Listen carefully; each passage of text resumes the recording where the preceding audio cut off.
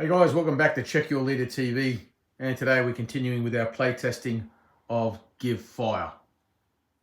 So what I've done is I've fast forward a couple of turns.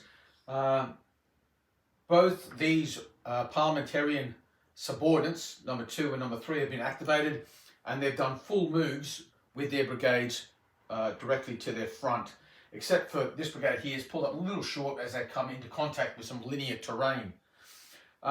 How they'll deal with this in the next when they're next activated, there's a couple of things they can do. If it was a low stone wall, linear terrain, it was like a low stone wall or a flimsy kind of wicket gate, they could spend some of their actions tearing it down. Just a reminder, when a subordinate is activated, he issues an order to a unit or a brigade. If he issues the order to the brigade, the entire brigade must do the exact same thing.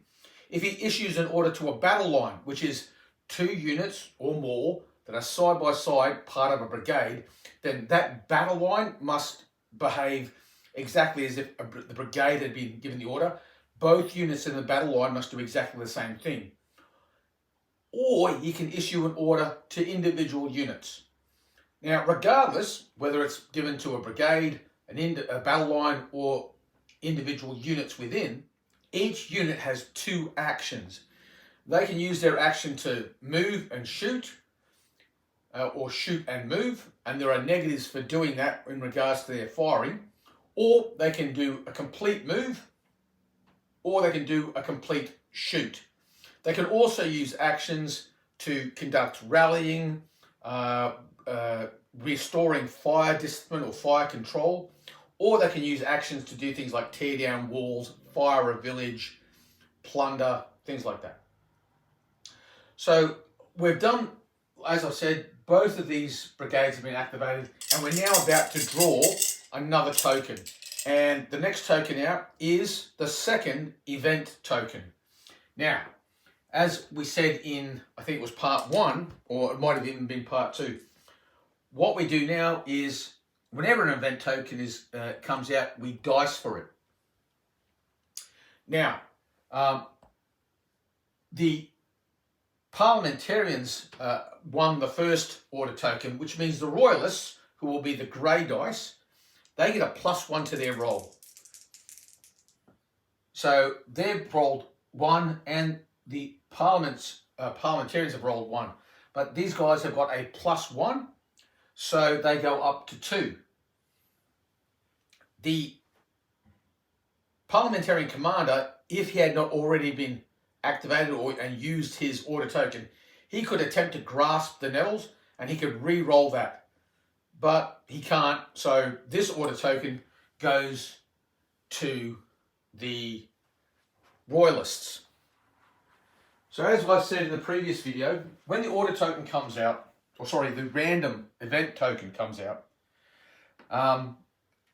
the winner of the token, the one that holds it, can use it in one of 2 ways. One, he can use it to activate a brigade, or I should say subordinate, whose token has yet come out.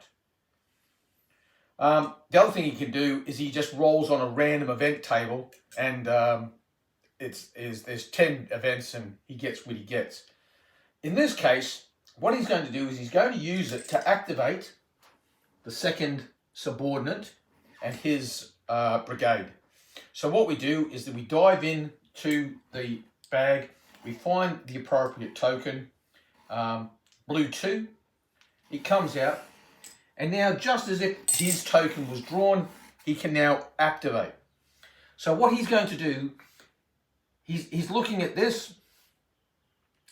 He's got a movement of 10 inches and a firing range of 12, which means if they're within 17 inches, he could move forward half a move and then give fire. And we have a look here, we move it up to 17. Yes, they're just in range. So what he's going to do is he's going to get his entire brigade to advance for one. He's going to give his entire the front battle line of his brigade. He's going to give them 1 order, and that will be advance and give fire. He is then going to use another token to attach to this unit in the center, and his final token will be given to the unit to the rear. Now, he doesn't have to do this at the start. He can give one order, then give another, see how that plays out, and then give another. But just for speed of play, I'm going to allocate all three now. So he moves forward 5 inches, which is a half move. And then the range for muskets or firearms that the infantry possess is 12 inches maximum range. So that's going to get at least 2 of his regiments in range to give fire. He'll attach this unit here. Shot fires 12 inches. So he will now give fire. Now, as a general rule, there are firing priorities. If they were being charged, then that would be the target, but that's not the case. They do have a 45-degree arc range, and what they're going to do is he's going to fire as follows. He's going to fire by sleeves for this regiment here, then this regiment will fire completely as a single unit, and then because only one sleeve here can hit the target, he will fire with a sleeve here. This sleeve of shot will fire at the blue regiment to their front. Then the next sleeve from the black and white regiment here with the green coats, they will fire directly to their front at this purple regiment. Then this regiment as a whole will fire at the purple regiment. And then finally, this sleeve can just hit the purple regiment, and so they'll fire at them also. This sleeve of shot has nothing in range, so will not be shooting. Now, when you measure from the center of the firing element to a nearest point of any target that they're shooting at. So what we're going to go through now is the shooting. Now, when units shoot, unless they've lost fire control, they can fire within a 45-degree arc. If they lose fire control, they have to fire straight ahead. These guys obviously haven't lost fire control, and it is going to be their first volley. What that means is they get to re-roll any of the shooting dice, which are the 2 dice that they roll, and they get to re-roll either one or both after they've rolled their dice. So the way firing is conducted for infantry, they have 2 dice, they roll that, add and subtract modifiers, cross-reference it on a table, and then they also may gain and or lose firing dice. So the only factors that apply to these guys, well actually before I go on to that, I will just show you, these are the shooting modifiers at a glance.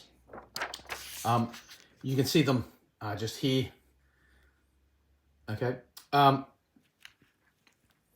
The only firing modifiers that these guys need to be aware of is the fact that they are firing, this one here is firing by sleeves.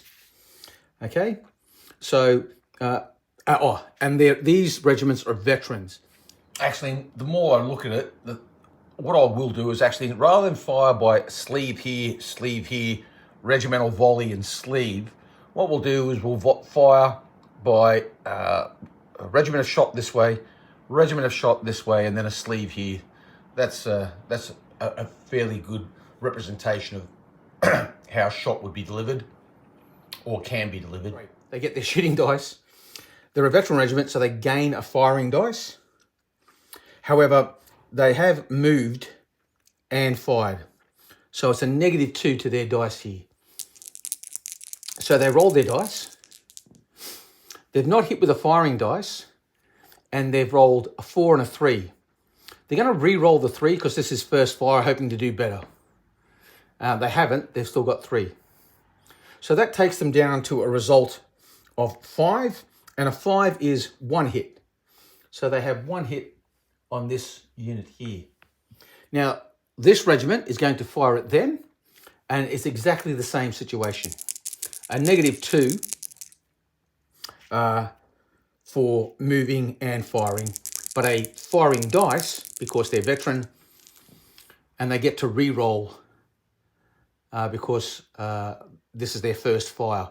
They're going to re-roll the 2, so far they've got 1 hit there, and that takes them up to an 8. -2 takes them down to 6. A 6 is 1 hit and a morale test. Now, they don't do the morale test until everyone who is shooting at them has finished for this turn. Now, there's 1 sleeve of shot over here that can fire at them, so they'll do that. So, it's 2 shooting dice with a -2 because they moved and fired. A firing dice because they are veterans, but because they are firing by sleeve, they gain no firing dice and an extra -1. So it's a -3 all up, but they've rolled a natural 12. So with a -3, that will go down to a 9. And a 9 result is 2 hits and a morale test. So they're going to go up to 3 hits and they'll have a morale test. In addition to that, because they've rolled a double 6, any commander within 6 inches has to do a roll on the risk to commander table. So there's a risk to him. But they'll do the morale test first. The morale test is basically, for these guys, they haven't got enough losses to bring them down to any negative modifiers, and they'd have a +1 for this unit and a +1 for that unit. So it's a +2 to their morale test. So they've rolled 7, which is a pass. 9, it's even a better pass.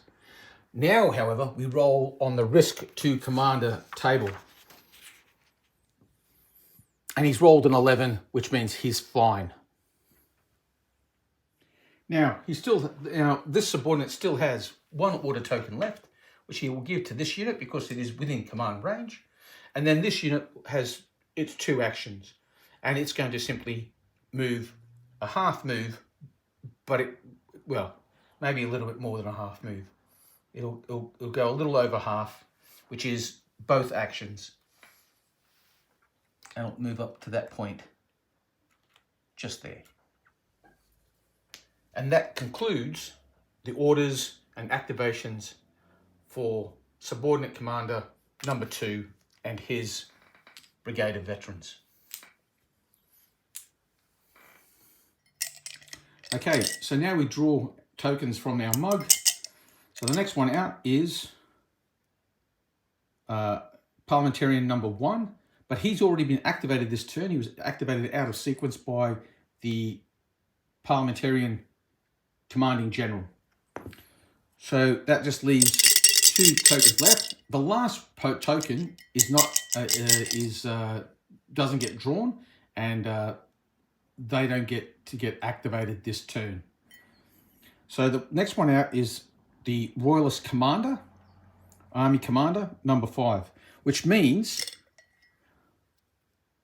the parliamentarian independent units will not get activated this turn. They can fire, but they cannot move, and they can self-rally, but they cannot be rallied by command. So that just leaves us the Royalist Army Commander to activate. So now we're going to activate the Commanding General. The Commanding General only has 1 token, but he does have free movement. He also can be given command of a reserve. And so what we have here is we have a lifeguard of cavalry and a lifeguard of foot. So at this point, it's going to be useful just to demonstrate some rules in regards to movement. If he was to order the whole reserve to move, it could move straight ahead, and that would be legitimate, just like moving a battle line. Or he can order individual units, just like any other subordinate commander can order units within their brigade. He can do that with his reserve. So what he's going to do, he has free movement. He's going to attach himself to the mounted lifeguard. Now, if he wants this unit to do a retrograde movement, its movement is at half its normal movement rate. This is a cavalry column, so it moves 18. That means it could move 9 inches back, but that would be both of its actions. What he wants to do is he wants to wheel to his left and go off to the left flank to help out over there. Now, any move that is 90 degrees or more, in other words, what we call a changing of face.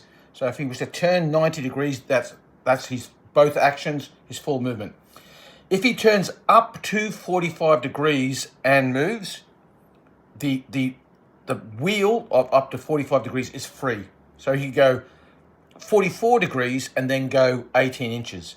But if he goes 46 degrees up to 90 degrees, then that's half his move, or one action, and then he can move. So if he wheels beyond 45 degrees and then moves, essentially it's only a half move distance, or one action to move to wheel beyond 45 but less than 90, and then one action to move 9 inches, which is a half move.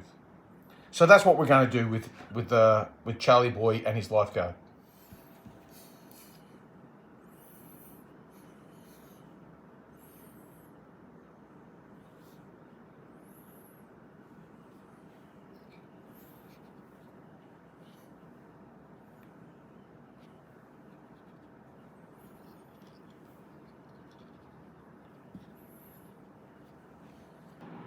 So there's only one token left, and when that token is drawn, the units that are affected by this token, or the subordinate, the units under his command, all they can do, if they're the last token drawn, is fire and attempt a self-rally. So that just leaves our independent artillery for the parliamentarians to fire. So we'll do that now. So we've got two cannon here. We've got a light cannon here, and we have a culverin over here on high ground. Now, being on high ground, they get an extra 6 inches range. So we'll fire the cannons. Now they're all both of these cannons are going to be firing at long range. The light cannon, this one here, its range is 36 inches. And close range is 12, so it's obviously firing at long range. And the culverin, its close range is 18 inches, long range is 60. Being deployed on the high ground, its long range now extends out to 66. So that extra 6 inches extends its long range, not its close range or point blank, just its long range. So they're both firing essentially at a -2. Now, the light gun will fire at this regiment here. So it's a -2. That's a 4. Here's a stamina loss on them.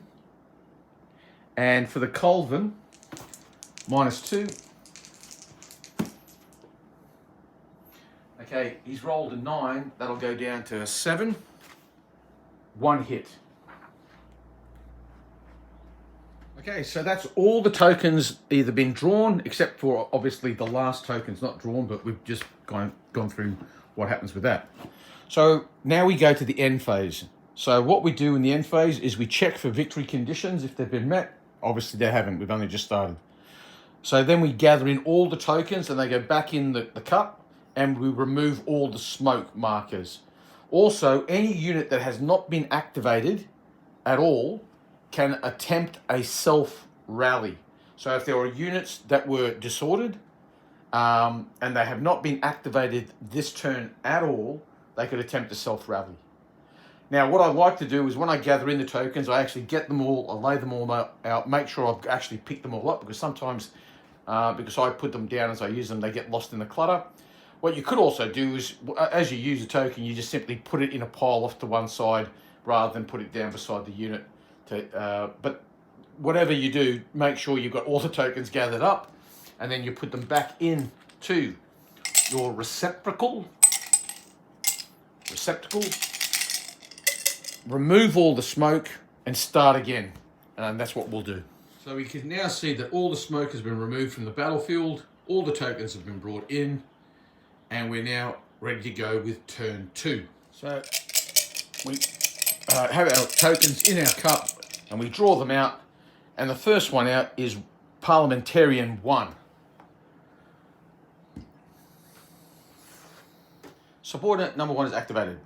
First thing we do is we check, are there any units doing compulsory moves such as routes? We have 1.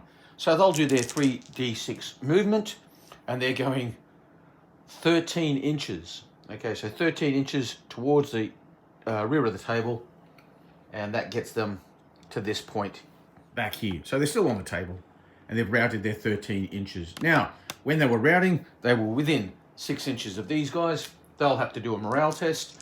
No pluses. Well, actually, they have 1 plus. They have a subordinate commander attached. So if they have a subordinate commander attached, that's a +1 to their roll. And they've rolled 7, which means... So 7 is a pass. We've done all the compulsory moves, and now we get to activate this brigade. Now, the first thing he's going to do is he wants to reinforce this cavalry melee, because that's an ongoing melee, and because the unit belongs to his brigade, that melee is going to start again. So what he's going to do is, because he is not involved in the melee, he can pitch another unit into the melee, and that's what he's going to do. When you reinforce, you simply have to get into contact with a unit that you're reinforcing. So he's ordering this unit forward. He's remaining attached to it, and that's all he can do, because now he is involved in the melee. He cannot issue another order. What he could have done is, as his first order could have been to this unit here, to order them to charge, and then he could have gone into combat. Or he could have allowed the melee to continue, seen how that played out, and then done something with this unit, and then done something with that unit. So these are all the options that he has, but this is what he has gone with. He's simply pitched straight in. He's not terribly concerned about what these cuirassiers are doing at this stage. He's quite happy for them where they are. Now, it is worth noting that these cuirassiers are actually 6 inches from this mounted regiment here. Now, like I said, he could have given an order to these guys earlier to maybe get them to charge, or he could have given an order to them and told them simply to shoot, because cuirassiers, they're mounted pistols, their range is 6 inches. So he could have given an order to them to deliver fire, so they would give, in other words, give fire to them. They could have just stood there, shot, and then moved back, and then gone forward. So he could do that. But like I said, we haven't done that. The reason he hasn't done that is he wants these guys to reserve their fire and to see if they are charged first. If they are charged, they'll be able to deliver fire. If they were to shoot their pistols and then get charged, they would not be able to reply with their pistols. So that's the reason why he's not throwing them forward at the moment. He feels he has a distinct advantage here. He wants to drive that advantage home. These guys, by being where they are preventing these guys from, making it much more difficult for these guys to reinforce the melee there. In give fire, units have a zone of control, and the zone of control extends the entire length of the frontage and goes forward 6 inches. Now, because they are at 6 inches, there's no sidestepping in give fire. They can turn on the spot, but if they turn on the spot, that will bring them into their zone of control, and they can't do that. If they try to wheel through it, they're going through their zone of control, and they can't do that. Essentially, the zone of control is an area where all movement is prohibited, except to advance directly into the zone of control to engage in close combat. So by being here, these cuirassiers are preventing these guys from pitching in. They would have to go back, and as we've already explained, retrograde movement uses up all their movement and reduces their movement to half. So by being here, they are covering the flank of their friends. When a subordinate is activated and he is in command of cavalry, and there's an ongoing melee, he actually has 3 options. He can continue to fight on, in other words, just leave it and it'll just organically happen. He can reinforce the melee, which is what we're doing here, or he can opt to disengage. But given that he is winning the melee and he's pushing on, he doesn't want to disengage. So that's why he's decided to reinforce. So this is one of those things that in Pike and Shotte warfare, with my rules, that I'm trying to inject some tactical finesse into the rules, where the person playing the game feels like that they have choices to make. Do I pull my cavalry out of the melee? Do I reinforce the melee? Do I, as the subordinate commander of this flank or this wing of the army, do I judge this time as appropriate for me to contribute to the fight and pitch in myself by adding just a little bit more? He'll add 1 more melee dice into the fight, but also his presence in the melee will help with morale. So these are all the kind of things that I try to introduce into the rules, and I think is one of the things that makes the player feel like they're actually fighting a Pike and Shotte battle.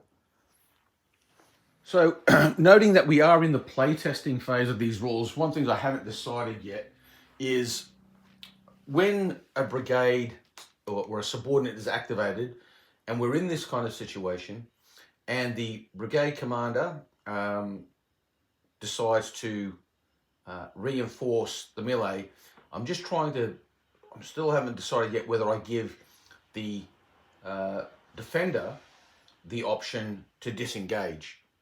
And if that happens, then it's a matter of just it's rolling dice to see how far back they get. My thinking is because he was not involved in the initial melee, therefore he was able to exercise the reinforce option. I'm thinking that because their brigade commander is not actually involved in combat, he should be able to give them the option to disengage. If he was actually in the melee, maybe I wouldn't allow it.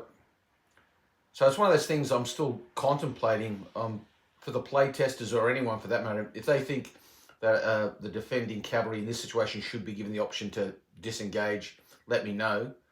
I think what I'll do is I'll permit it simply for the fact that we can see how the mechanism works. So essentially what I'm thinking is, so he's given the command to reinforce the melee. He's going in with them. The opponent decides he wants to disengage because he's already in a worn status, and he can see that he's going to lose this fight. So what we do is we roll 3 dice and we take the higher 2. Cuirassiers would roll 3 dice and take the lower 2. So the defender first rolls his 3 dice. He takes the higher 2, 6 and a 1 and a 1. So the higher 2 were a 6 and a 1. So he's going to go back 7 inches. So we move them, and then we roll to see if this body of cavalry catches them. Okay, the higher 2 is a 6, 2 and a 3, so that's 8 inches. So they will go back their 7 inches, but they will not be able to disengage, and they will get, these guys will catch them. So the penalty for the unit that attempted to disengage, it's not a case of, oh, there's no risk involved. They're now classed as sorely pressed. So before they would be classed as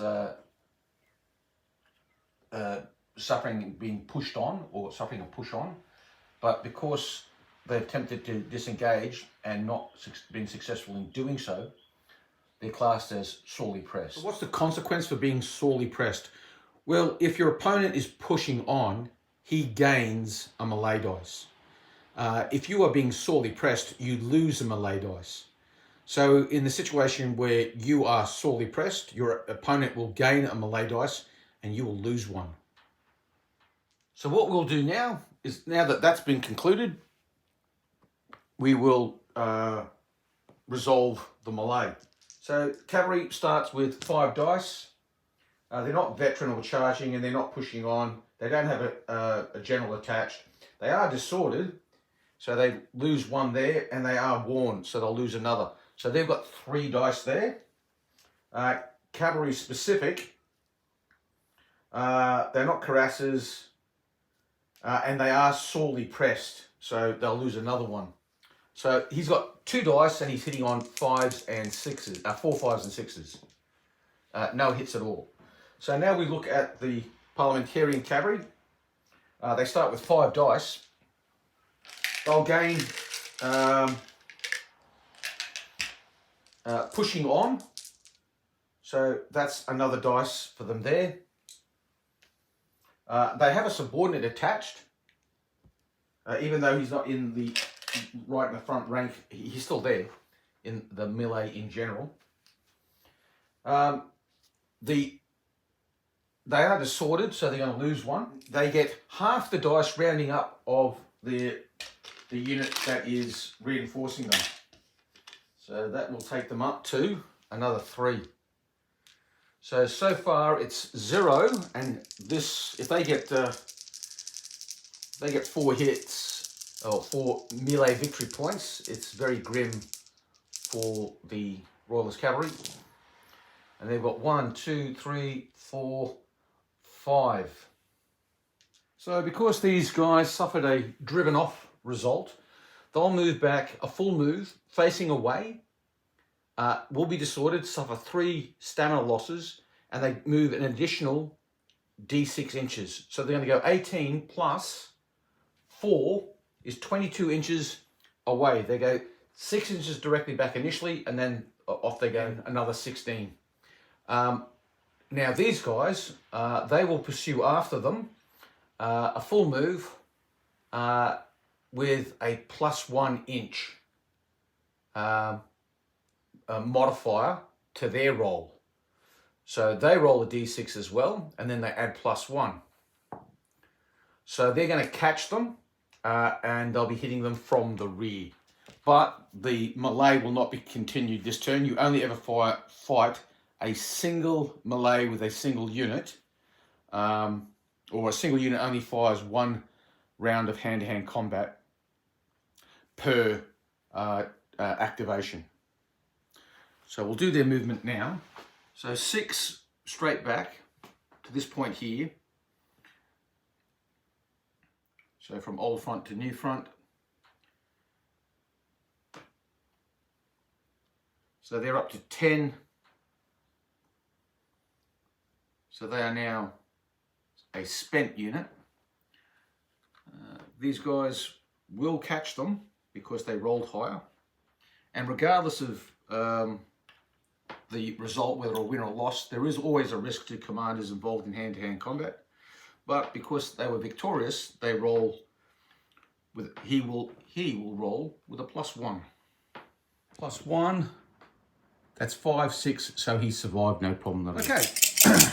Now moving on, we're going to pull another chip or a token, whichever terminology you want to use, and it's Parliamentarian 4. So that's what we're going to go on with next. But what we're going to do is I'm going to wrap it up there for now. I want to keep these videos around about the 30-minute mark, just because upload time and all that kind of good stuff. So we'll leave it there for now, and we will continue with the battle phase. And in the next video, we'll probably get to the point where we're looking at infantry assaults, some more cavalry action, and some more shooting. If you like what you see here, like, share, and subscribe. Again, I reiterate, this is this series of videos on GiveFire are play testing. The rules are not yet available. One way or another, they will be available, even if I put them up for free on my Facebook page. There is a GiveFire Facebook page now, so I do recommend anybody who is interested in the rules to come along and join us over there. It's only about myself and about 11 other members at the moment, which are all the or majority of the play testers. And so if you've got any comments, critiques, anything at all in relation to the rules, I'm more than willing to hear what you've got to say. But we'll just wrap it up for now, and we'll catch you on the next one, part 4. Again, we'll be starting with the parliamentarian sub-commander on the far left flank, doing what he does. And we'll see you on the next one. Uruguay.